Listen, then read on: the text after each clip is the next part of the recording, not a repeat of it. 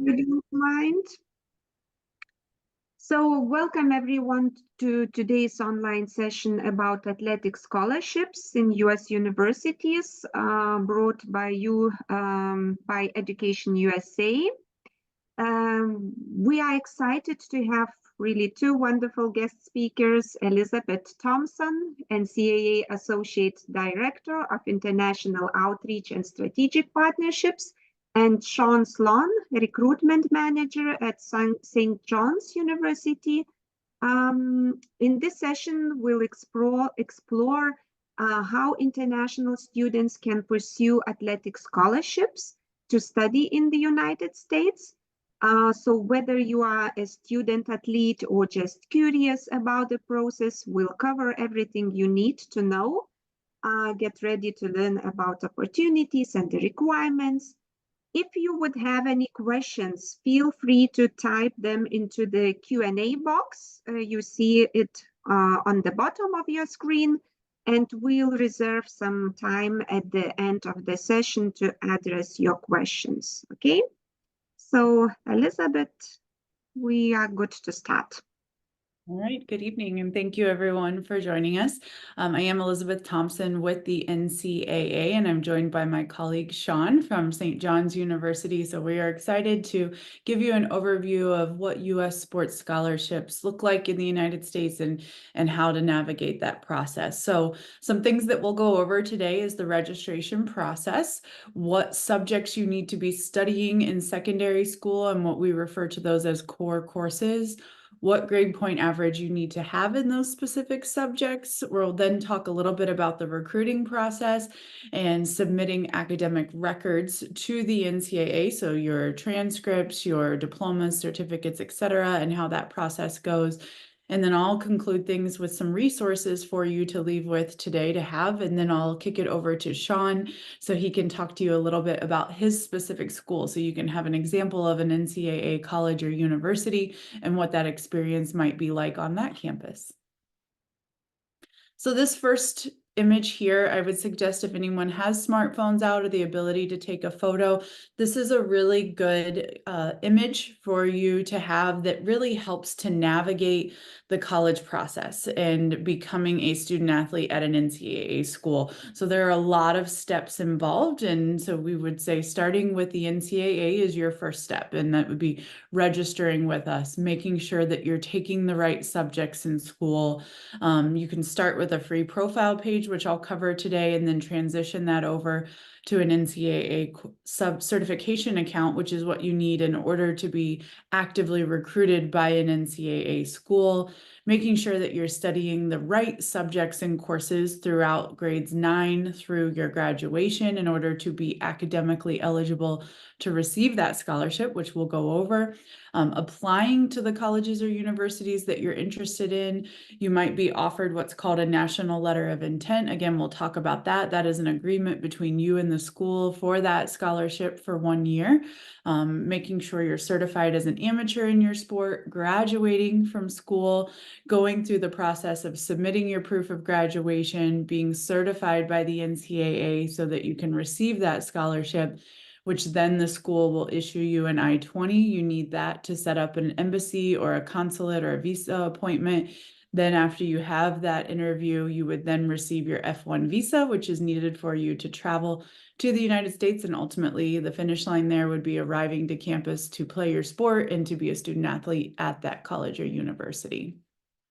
So there are 3 requirements that you as a student should be tracking on at all times in order to become eligible to play for a university. And these 3 different requirements can be different from one another. So you want to make sure that you know what the requirements are for each of those.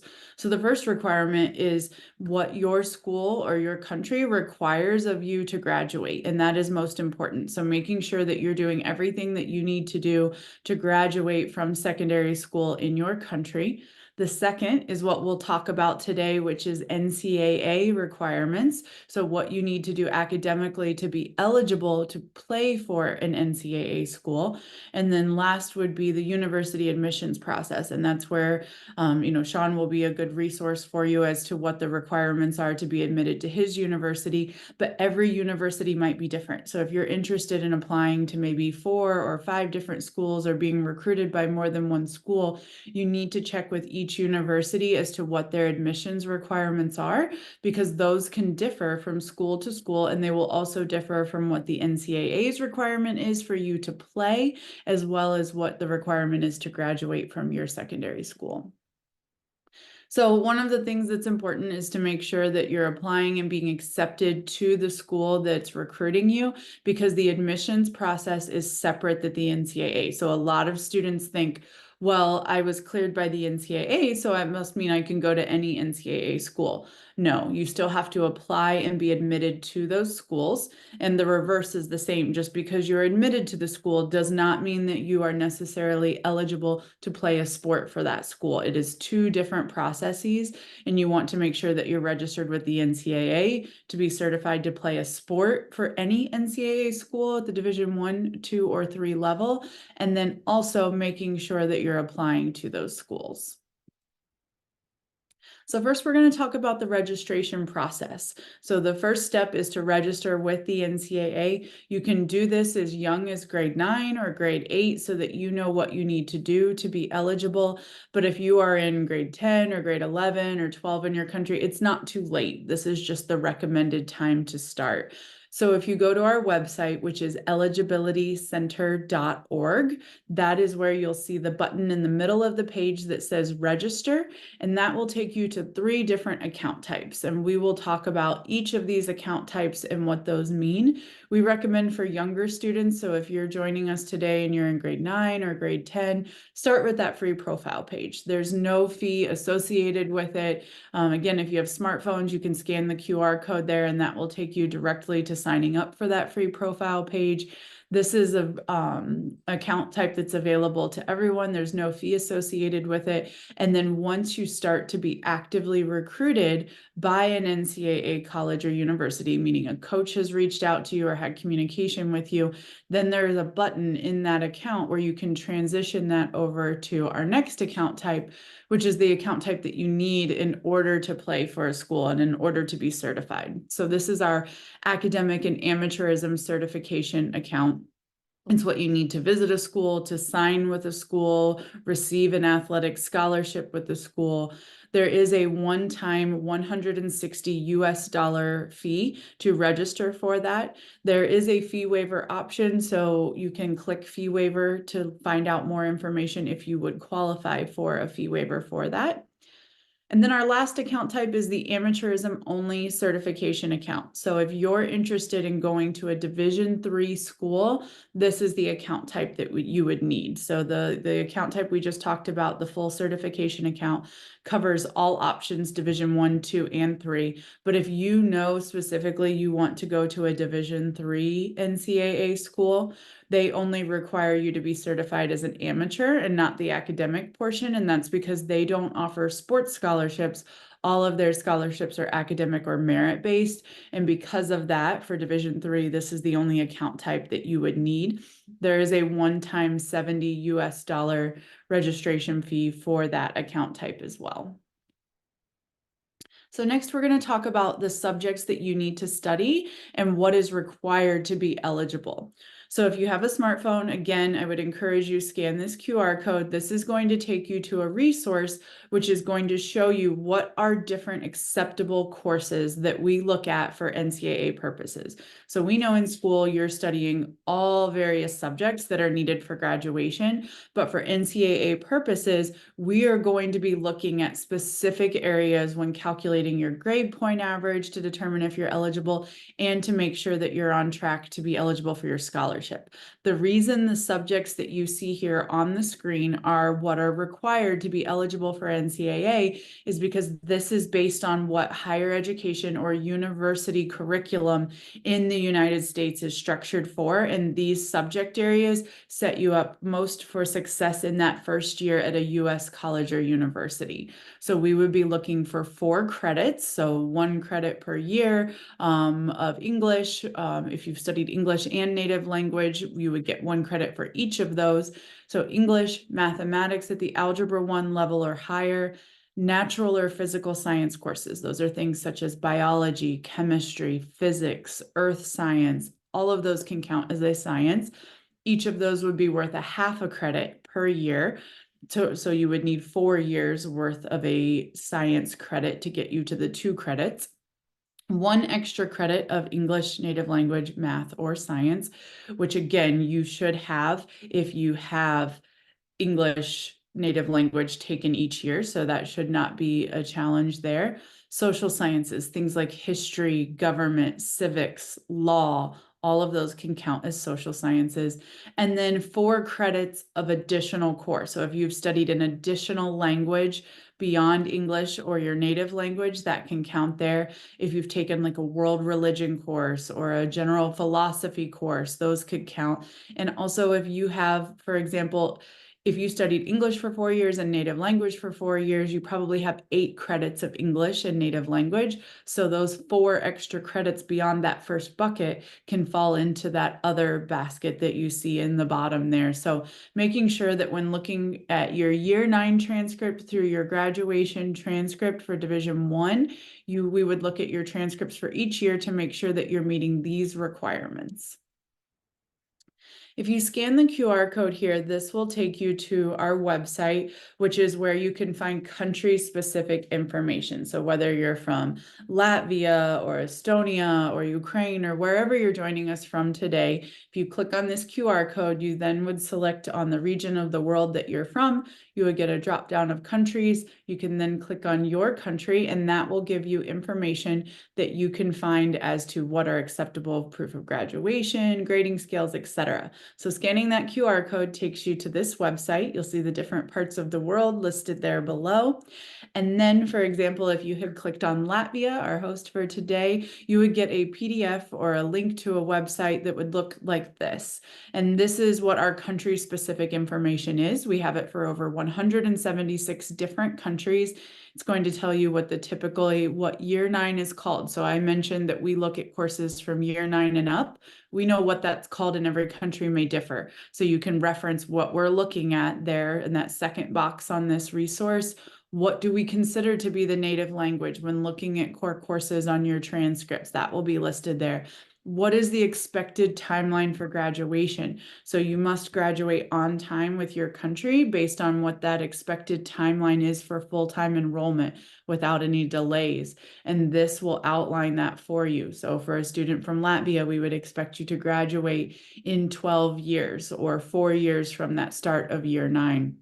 You can find information in here on diplomas, grading scales, which I'll talk about in just a minute, GPA, grade point averages, and how that converts those graduation timelines, and then any crediting, so what the credit value of a course would be worth. Next, we're going to talk about grade point averages. So when looking at those 16 core courses, we're going to calculate what we call a GPA, a grade point average, and we'll be converting your country's grade point average onto a US 4.0 grading scale. So this is what the standard US colleges and universities most typically use, an A being the highest grade, which has a value of 4, so that's a 4.0, and then a B being a 3, a C being a 2, a D being a 1, and failures are worth nothing towards your grade point average. So one of the things that you need to do to be eligible for Division 1 is in those 16 credits that I just talked about a moment ago, your average grade in those 16 credits needs to be a 2.3 or higher on that 4.0 scale. So that means that grades must be above a C average. So you would want to aim for a B or higher in order to be academically eligible to receive your scholarship at the Division 1 level. Now you might be wondering, what is a B in my country? What is a 2.3 or higher? So this is an example of Latvia's grading scales. Again, you can find the conversion for each country in that PDF that I mentioned. But for those joining us for Latvia today, we have an example here. So essentially on your transcripts, you would want to get a grades of a 7 or 8 or higher on average, mostly 7s or 8s, to keep your grade point average above a 2.0. So the 2.0 grade would be a 5 and a 6, and we would require a 2.3 or higher, meaning your grades need to be higher than a 5 or 6 in those core areas in order to be eligible to receive a scholarship. If your school uses the descriptor grades below, you can see the words on the left there and what those convert to. So you would want to try to stay in the B range and above to have a potentially 3.0 or higher. So if you have some that are lower than that, that's fine. Keep in mind, if you fail a course, that does not count towards those 16 credits. So that's something you should keep in mind as well. All of the information that I showed about the 16 core courses, as well as links to additional information, can be found on the QR code here. So if you scan this, this will go over those 16 credits and the grade point average that you would need. Okay, so next we're going to talk about submitting academic records. So once you've registered with us, you understand what you need to study in order to be eligible. Let's then talk about how you submit that information to the NCAA so that we can then deem you eligible on your account so that the schools can release your scholarship and you can move forward with obtaining your student visa. So the first thing you should know is what you need to send to the NCAA. We require all academic records for school years 9 or class 9 and up through your graduation, and those must be submitted in your native language. So how your school traditionally issues those. Then you must also obtain line-by-line certified English translations of all of those documents. So the yearly transcripts, your proof of graduation, etc. Please be sure if your school provides them in English as well, we would want them to provide both the native language and the English translation. If your school does not provide it in English, then you would need to find a certified translator to provide the line-by-line English translations. And then lastly, whatever proof of graduation that you earned, and that must be listed as an acceptable form of proof of graduation in your country's information that we just went over, you must provide a copy of that as well as any exam results that accompany it. And those must also be in the native language and a certified line-by-line English translation. And below here, you'll see an example of within those guides, what those acceptable forms of proof of graduation, what section they're listed under within the country profiles.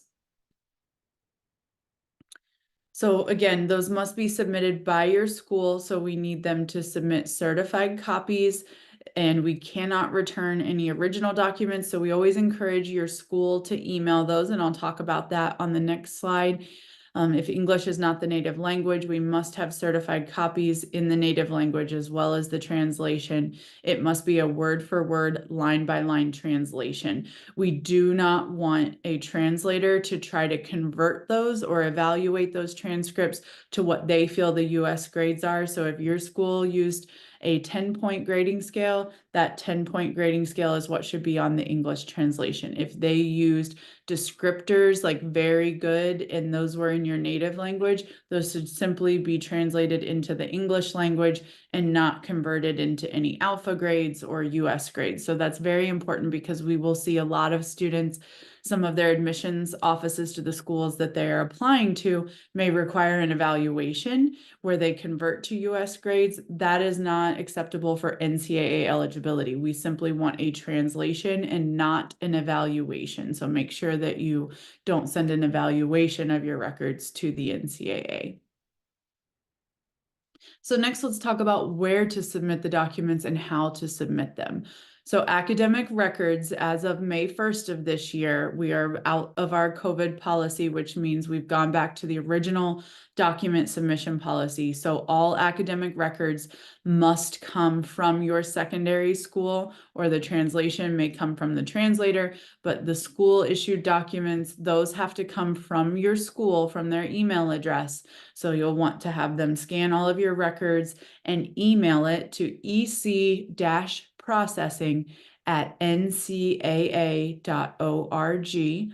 Make sure that they include your NCAA ID number in the subject line of the email that they're sending. So when you register with the NCAA, which you have to be registered before you have your school send your documents, once you register, in the upper right-hand corner of your account, you will see your 10-digit NCAA ID number.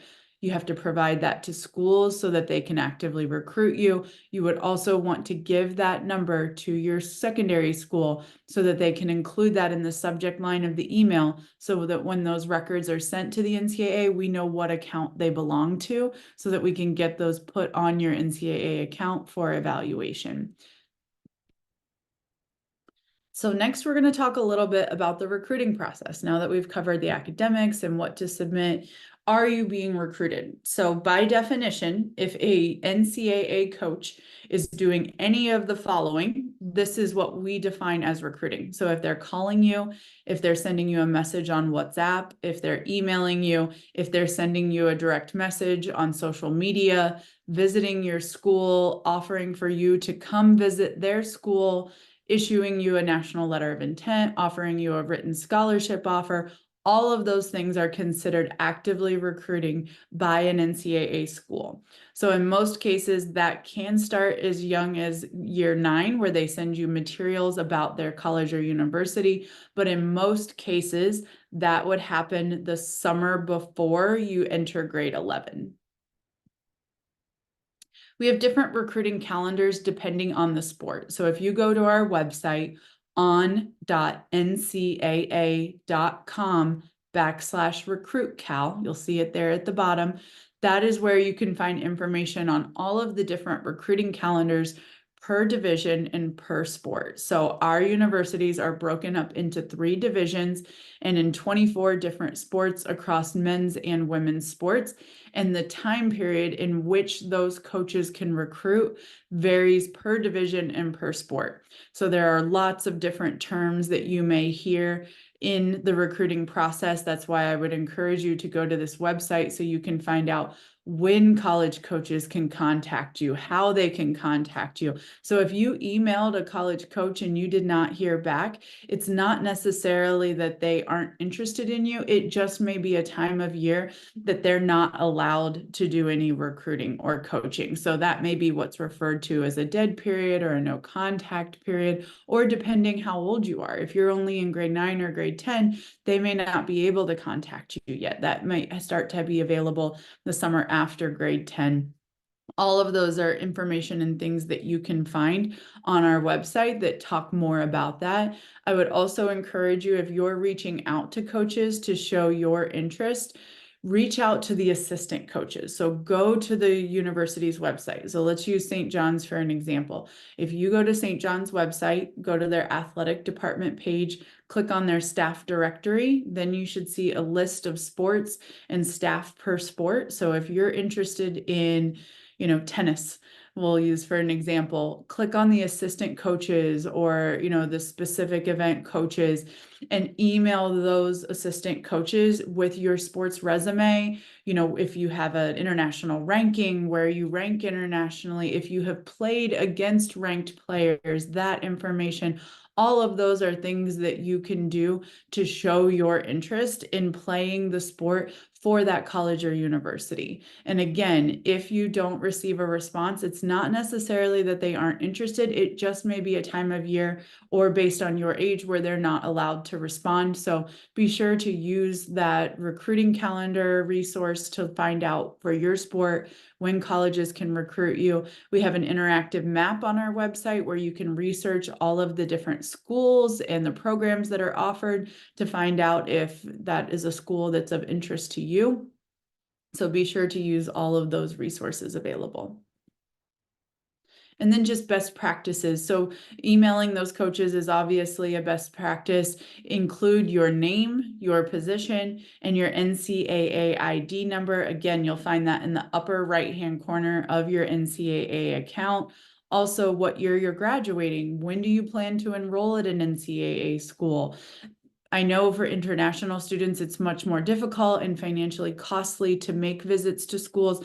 If a school is offering you an official visit, which is where they're paying the way for you and up to 2 family members, I strongly encourage you to take that. But if that is not an option for you, there are so many virtual campus tours available by our NCAA member schools on their websites. You can also connect through their international student services department with an international student on their campus and talk about what that experience has been like for them and what they enjoy about that college or university. And then lastly, just be sure to conduct yourself in a positive manner online, on social media, at homes and games and practices, because coaches are doing their research to find out what kind of student athlete you are before they're reaching out to recruit you, because they want to make sure that you are not a liability or a risk to their college or university. So just make sure that you're always conducting yourself in a positive manner. Lastly, we'll wrap up with some resources here, and then I will hand it over to Sean to talk to you about St. John's University. So I know I provided a PDF to our hosts today, so I'm hoping they'll be able to email everyone that registered here with the PDF of these slides so that you can click on all of the hyperlinks. If not, please be sure to subscribe to our international newsletter that you see on the screen there. That will help get you all of our quarterly updates and resources. Everything that I talked about today as far as course titles, what will count, what won't count from your transcripts can be found on our course title usage guide. Our policy for awarding credit, so you know how much credit each course is worth, is there. And then lastly, being sure to register on our website, eligibilitycenter.org, and be sure to follow us on social media. There are lots of resources that are shared on Twitter or X, Instagram, Facebook. We launched a YouTube channel a year ago, so you can find this. An international webinar is posted there. We're having another webinar coming up on June 25th, so I would encourage you to sign up for that webinar. Even if you can't attend live, still sign up for our webinars so that you get a recording of that webinar after it's over. We email that out to all registrants, and that is where you would be able to watch it then at your leisure. But with that, I'll go ahead and turn it over to Sean to talk to you about St. John's University. Thank you very much, Elizabeth. I appreciate it. And thank you again to Renata for hosting this session through Education USA. So my name is Sean Sloan. I'm here from St. John's University, and I'm here to present you with, as Elizabeth said, just one sort of example of a university in the United States that has Division I sports. So yeah, you could go ahead to the next slide.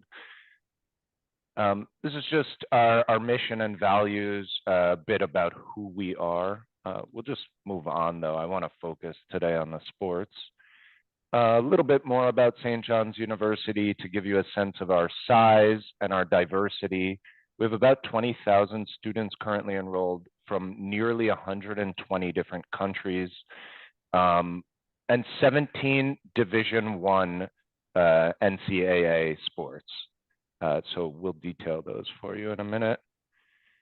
These are our academic offerings. So we have over 100 different undergraduate programs to choose from. St. John's University is a large university broken down into these 5 colleges. We specialize primarily in the first and last. So pharmacy and health-related sciences, things like biomedical science, biology, pharmacy, nursing, physician's assistant programs, and then also business, a completely different field. But the vast majority of our student athletes do major in some sort of business program, and that, again, is one of our strongest areas. Our business programs are more competitive than our other programs, so it requires a higher GPA to be admitted to. And I will talk about GPA requirements for St. John's University because, as Elizabeth said, there's a certain GPA requirement for NCAA Division But then every institution has their own requirements as well. So we'll talk about that. I also want to mention while we're here on academic programs that we have an amazing program called sports management. It's clearly very popular with our athletes, and there are two different tracks that students can choose from. So you can choose sports management with a business track or with a coaching track. It is quite intriguing to athletes. Let's move on. I love this aerial photo of our beautiful campus. You see it behind me as well. You get a sense of how central sport is to our university, but also just the size of the campus. And I don't think I mentioned yet, actually, but St. John's University is based in New York City. But from the looks of this picture, you would not think that is New York City. And that's one very unique thing about St. John's. We do have the largest campus in New York City.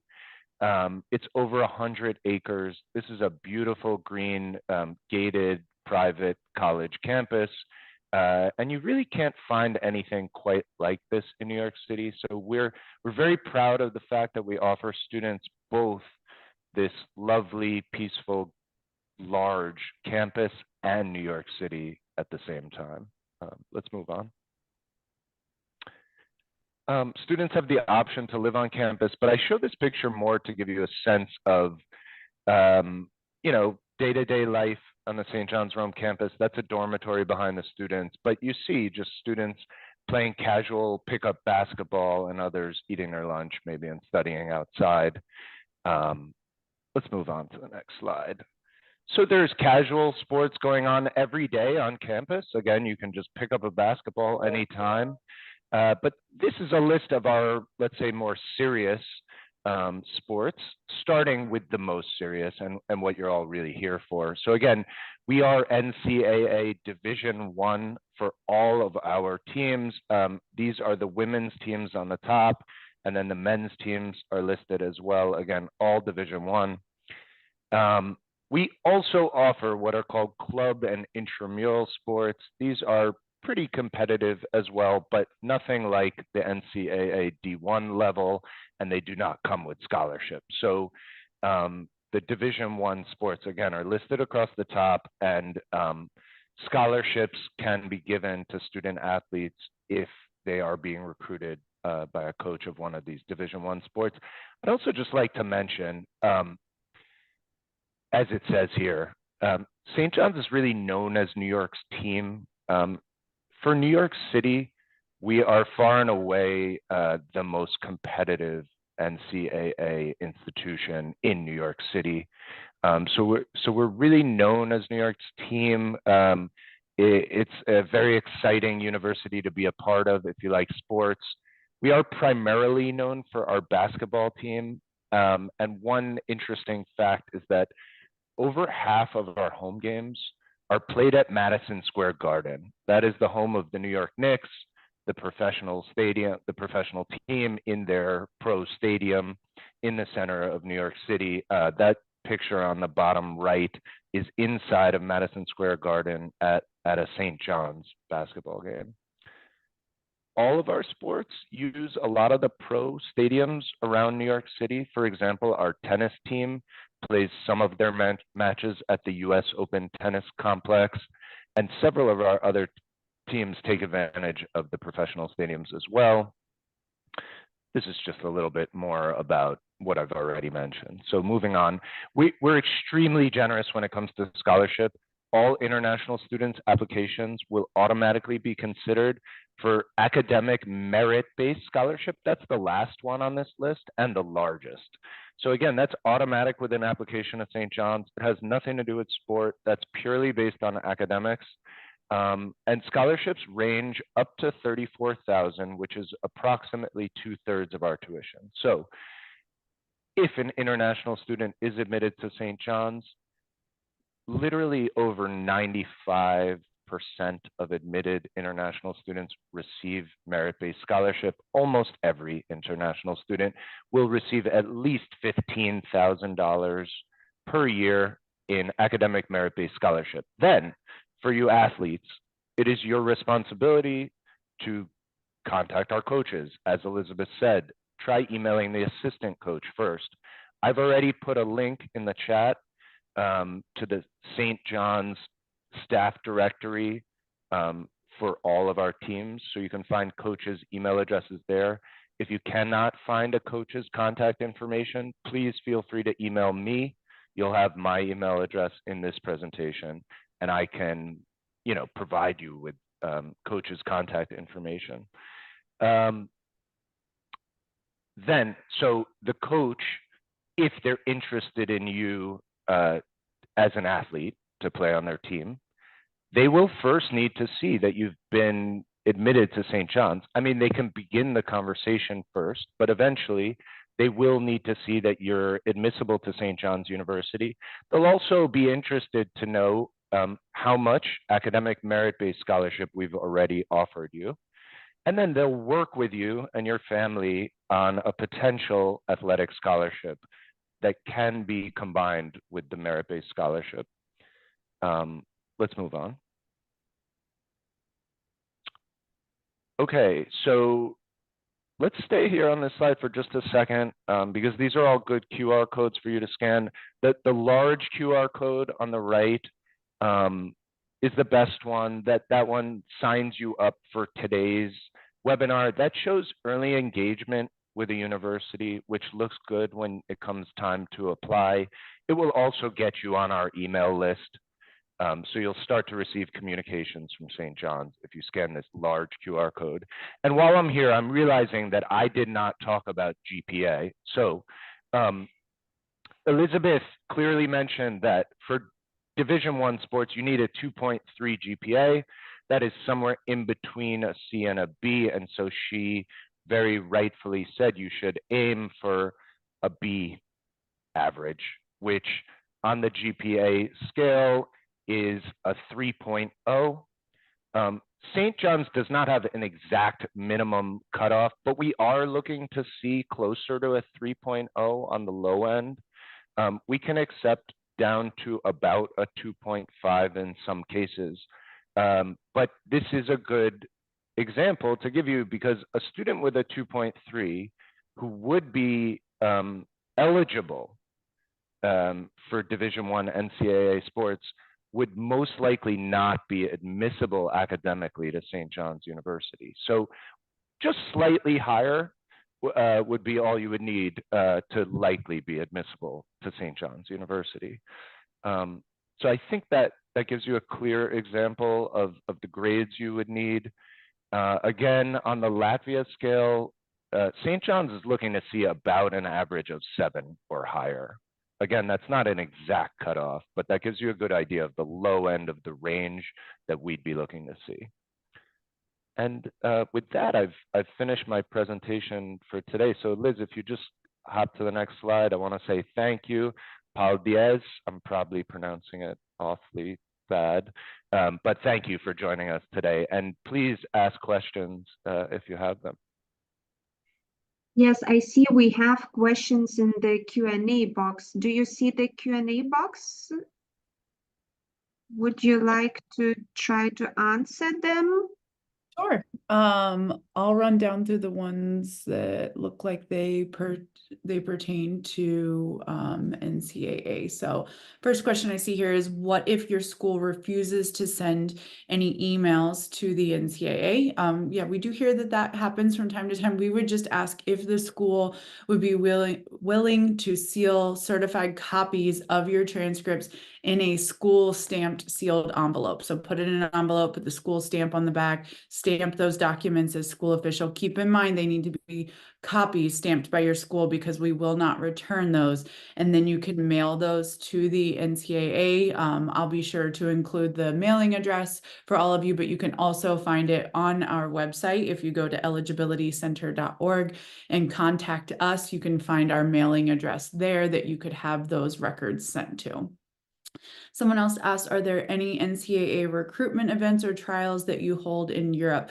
So this is a really good question, and I'm going to explain why it is important to explain this. So one, the NCAA is actually not the one that does the recruiting of international student athletes. It is the college coaches that are recruiting for their particular university or program. So I would just encourage you, work with those schools, find out if they're at any showcases, depending on your sport. So I'm going to use the example of soccer for a moment. There you will see that there are lots of different programs or recruiting services that will host a college showcase, maybe in like December after the college soccer season in the US is over, where they will invite college coaches over to Europe and they will hold these multi-day showcases that you can sign up for so that the coaches have the opportunity to recruit in that part of the world. So I would just do your homework and see what we call typically, or what we have heard of as college showcases. There are also a lot of those that happen in the summer here in the United States. So if it is something that's financially feasible for you, we understand that's not feasible for everyone. Start doing research to find out about camps that are being held here in the United States to look at the opportunity to come over here and showcase in the summer months to get an opportunity to be in front of colleges or universities. Can I just jump in on that one real quick? Because this question often comes up, and many coaches from the United States cannot make it over to Europe all the time for these showcases. Sometimes they will, but I just want to say that it's not required that you participate in these kind of showcases. While it can clearly help, you can be recruited without participating in these things. And I think it's worth mentioning that at St. John's, the vast majority of our football players, and I'm talking about what we call soccer, right? Internationally, football, our football players, our tennis players, and several of our other sports, the vast majority of the players come from Europe, and those coaches have not been over to Europe for several years, for quite a long time. So they're still actively recruiting in Europe. And again, I highly encourage you to get in touch with them via email and however else you can. Definitely. Thanks, Sean. One of the other questions that we had here, it looks like it pertains to name, image, and likeness. I know this is always a challenge right now in the ever-changing landscape. So there was a question about whether a coach could assist with name, image, and likeness deals. I would strongly suggest speaking with the compliance officer in the athletic department of that college or university in which that coach works for any questions that you have about any NIL related questions. But thank you for that. Someone else asked, do I need to be recruited by a coach in order to, whoops, the question moved on me. Oh, here we go. Do I need to be recruited by a coach to get a scholarship in all schools? So each coach, so for example, we have St. John's joining us today. If St. John's tennis coach is recruiting you, they are recruiting for St. John's University only. So they are not recruiting for all NCAA schools or even all at that division level. And they would only be able to offer you a scholarship at St. John's University. So the coaches recruit for their specific colleges or universities to play for their program. Then you go through the NCAA Eligibility Center. Our job is to certify you to be eligible to play for any college or university. So the reason the NCAA Eligibility Center exists is so that there is fair and equitable competition amongst these schools. So what that means is everyone going to an NCAA Division I school should meet the same NCAA Division I minimum academic requirements and be amateurs. And so that's what we do, is we certify so that it's fair and equitable for that entire division. And then each coach at each school is who recruits you and offers a scholarship to come to that particular college or university. Someone else asked, does economics and business include in the science category? Economics would actually fall as a social science, and then business, it's going to depend on the course, can sometimes count as a social science, but overall, as a general rule, it typically does not fall into our core course areas. Someone else said, what is the best way to present your achievements as a basketball player to the coaches? I would start with a sports resume. Any club teams that you've participated on, if you've participated for your national team, any large level competitions, any YouTube videos or links that you have showing your performance in the sport, stats, what we call statistics. So anything that shows your height, your weight, your position, your wingspan, all of those things are what are typically looked at. Your what we call vertical jump, those are all combine or statistic level factors that are looked at in the sport of basketball. But I would just try to start with a sports resume to send to the coach that you're interested in for that initial level of conversation. Someone else said, what sport winnings will be considered with a young athlete for admission? What level of achievements in sports? So Sean, I don't know if you want to talk about if their performance in their sport impacts the admissions process at all. For NCAA eligibility, we're looking solely at your academics and ensuring that you're still an amateur in your sport. So your actual performance or in the sport does not impact that. So when you say sports winnings, I'm not sure if you're referring to prize monies or if you're talking to like your competitive level or ability in the sport. But Sean, I don't know if you want admissions. I would add that, well, first of all, if you're asking about the admission process academically, your sports achievements will not really affect the admission process. That's a separate thing. You know, it's considered like any other extracurricular activity would be, so it looks good, but it doesn't really have an effect on the admission process beyond that. However, I think you're more asking, like, what level do I have to be at in my sport to play D1 sports, for example? And the answer to that, unfortunately, is very different for every sport and every university and every division. So if you're a track and field athlete, you can pretty easily Google, you know, 100-meter track time required for, or, you know, or track times required for Division I sports, and you can get a pretty good idea. For other sports, it's harder to say. I can tell you at St. John's University, for example, if you're a basketball player, you know, to be overly vague, but you would need to be one of the best from your country playing at an extremely high level. For example, you know, we're currently, and this is public knowledge, but St. John's is recruiting one international basketball player from Greece. It's been in the newspapers. It hasn't happened yet. He's been offered professional deals in Greece to play professional Greek basketball and turn them down to come to St. John's. So to give you a level or an idea of the level that we'd be looking for a basketball recruit.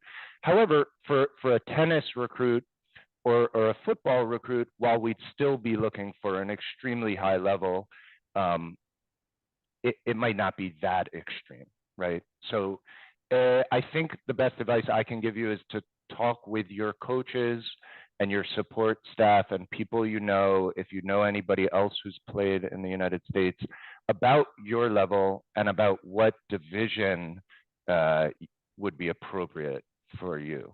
Yeah, and I would just add to that, you know, I know Division I seems like the big schools, the TV, the glitz, the glamour, but keep in mind that the NCAA is made up of 1,100 colleges and universities, and Division III is actually our largest division of all of the schools with over 300 colleges at the Division III level. So I would say just because you may not be recruited by a large Division I top program does not mean that there's not an opportunity out there for you. There's, you know, 1,100 other options to look at. So be sure to just keep your options open. Consider Division II, consider Division III.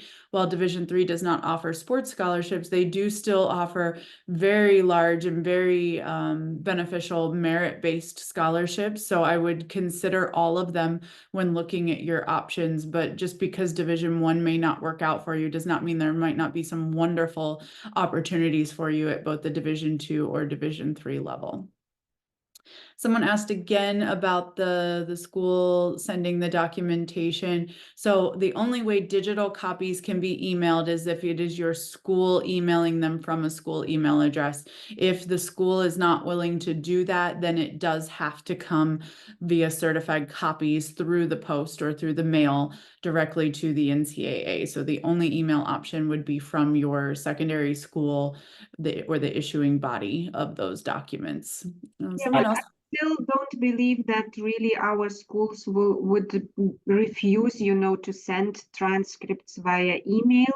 If you really are in this problematic situation when your school really doesn't agree to cooperate, you could also contact the nearest Education USA advising center. We usually also have quite good connection to high schools in our region, and we can talk to your school administration staff and explain the importance of this process. So try to work out this problem, okay? Thank you, Renata. I think that's a really good point. If your school's refusing to help you in an application process, contact Education USA and they can likely help out. I just want to mention one other thing, and I have heard this from other students, so it's not new. This does happen, that high schools refuse to assist you, and that's unfortunate. But there's another scenario that comes up sometimes, and that's just that your school might not have an email address, in an official school email domain. Our schools Renata, usually have your school should have them. Yeah, web pages, email addresses, and it should be not a problem, really. Okay, great. And then just one last thing, I just wanted to be clear that what we're talking about is the submission of your documents to the NCAA. So you also need to be submitting your documents to the school you're applying to. And sometimes the submission standards of documents to the school are less strict, at least during the application process. So contact me if you have questions about that. Great. One of the other questions we received is, are there any kettlebell programs? I'm wondering if the person asking this is referring to like track and field and being a thrower. So maybe it's what we're referring to as hammer here. So if that is the case, because I'm also thinking like from a workout perspective, like kettlebells that you work out with. So that's the closest thing that I can think of as far as shot put, discus, hammer, javelin, etc. So if I'm accurate in the question that you're asking, that may be a part of track and field programs at our NCAA schools, that is an NCAA sponsored sport, but otherwise, if it's a particular sport referred to as kettlebell that is not throwing under track and field, then it probably would not be an NCAA sponsored sport at this time. Someone asked, what if you've never played in a professional national match? Will it affect your application? Absolutely not. Again, the level of competition is going to vary across Division 1, 2, and 3. So while, Sean used the example of a basketball player for St. John's University, that is very unique to the high level program that basketball is at St. John's University. And that's not necessarily a reflection of all sports or all division levels. So it is very possible to have never played for your national team or match or at a professional level, which again, there are limits in your professionalism and still being an amateur for NCAA purposes. You can find more information about that on our website as well, or reach out to our staff via the contact information and they can provide you more details. But that would not necessarily impact your recruitment process. Keep in mind, application is you register with the NCAA to be certified once being recruited. So you don't necessarily apply for a sports scholarship. You apply to be admitted to these schools, but the coaches are recruiting you based on your sporting abilities. Sean, yeah, I mean, I hope, I want to step back a second because I really hope that I did not discourage any of the athletes on this call with my little story about St. John's basketball. That is our most competitive program. And yes, for several of our other sports, you would not need to be at that high of a level. So yeah, don't let me discourage you, and continue. I'm just real quick. I'm going to answer another question in the Q&A. Somebody asked if St. John's University has women's tennis, and the answer is yes. We do have a Division I women's tennis team as well. Great. So I did see a follow-up to the kettlebell question. It's a lifting, so probably similar to like weightlifting. That is not an NCAA sponsored sport. It doesn't mean that you could not find it at like a club level or something at one of the NCAA schools. It's just that it would not be handled. You would not be certified through the NCAA. There would not be a sports scholarship for the NCAA through that university associated with that sport. Another question I see here ties to judo. That would also be something at like a club or recreational level and not an NCAA sponsored level for any of our schools, including St. John's. And then we have a question about, does a scholarship cover all expenses? Not necessarily, but possibly, I guess would be, that is a question that you should ask the coach in the recruiting process. There are lots of different types of sports scholarships. There are partial scholarships. There are full scholarships. So a full scholarship should cover the full cost of attendance. So that would be your tuition, your room and board, meaning your housing, your food, and then potentially even a small stipend to cover any small expenses throughout your time there, as well as books that are needed for courses. That is typically what is covered in a full scholarship. Also keep in mind that scholarships can be 1-year renewable scholarships, or they can be multi-year scholarships. That's going to depend on the division and the sport. So those are all questions that you should ask when the coach is recruiting you. Is this a full scholarship? Is this a multi-year scholarship, or is this only for 1 year with the chance to renew it for the next year? Those are all questions that you should ask. But also that leads to another point that I want to make as to why academics are so important. Because if you do really well in your sport, that can lead to you getting 50% of a merit scholarship and then maybe only needing 50% of your sports or athletic scholarship. One of the challenges that these coaches have in their jobs is that they may be needing to recruit 7 players for next season, but they may only have 3 full scholarships available. So if you are similar on a sports basis on your performance to another student, but you're really strong academically, and that coach only has to use half of their 3 scholarships that they have available to use on you, because the other half to cover your full cost of attendance is going to be made up with a merit-based scholarship based on how strong you are of a student, that makes you more recruitable. So just keep in mind that it's very important to do very well in school, because that can actually help you in the recruiting process. I'd just like to stress how important what Elizabeth just said is. That's absolutely true at St. John's. I've heard it from several coaches. They always first would like to know how much academic merit-based scholarship the student is going to be or is already been offered. As Elizabeth said, they then need to use less of their scholarship budget to get you to a place that you need to be at to attend. Okay, Sean, I see we have one more question here that looks like it's more driven to St. John's. It says, do you need to study religion in your school to have a chance at St. John's University? That's a good question. So St. John's University, you saw the slide. Yes, we are a private Catholic institution. The answer to your question is no, you do not need to study religion. I assume you mean in your high school to have a chance to get into St. John's University. So we were founded as a Catholic institution, but well less than half of our students are Catholic. It really has very little to do with our student identity, nor what you need to study to be admissible. Now that said, we do have a core curriculum.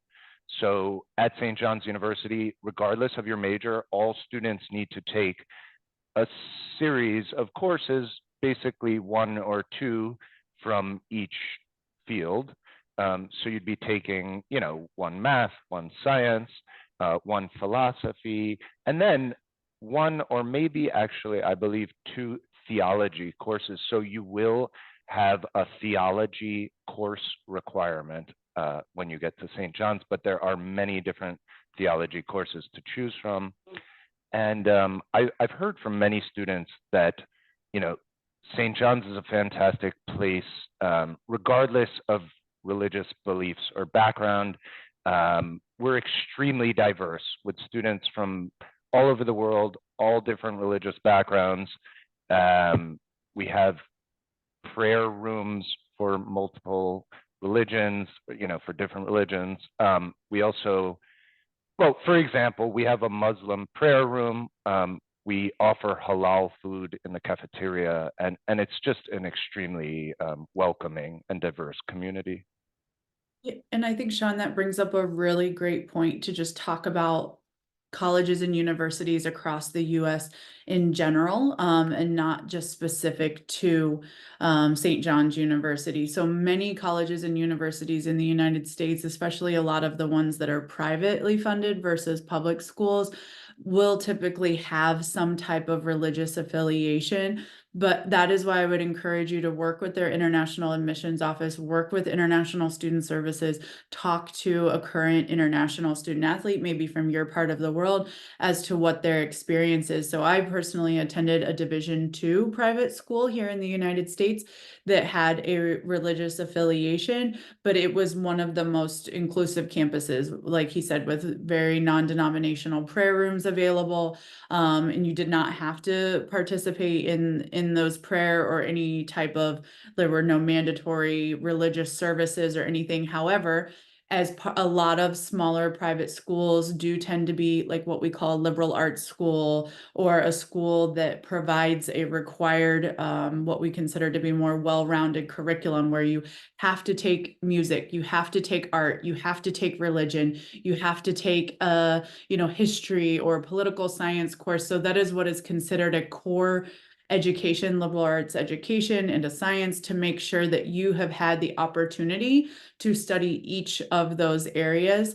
So it's very common to see even some of our larger colleges and universities have some type of religious affiliation. And I would just encourage you, ask those questions in the recruiting process, because some of the schools are going to have much stricter affiliations. So if you were to attend like a BYU University, that is going to be much more of a culture shock to you on the religious side of things and what is required as a student of that school, versus maybe a school that does not have a religious affiliation. So I would encourage you to ask those questions in the recruiting process and in the admissions application process as well. I think we are out of time today, so I will go ahead and... Our time is up.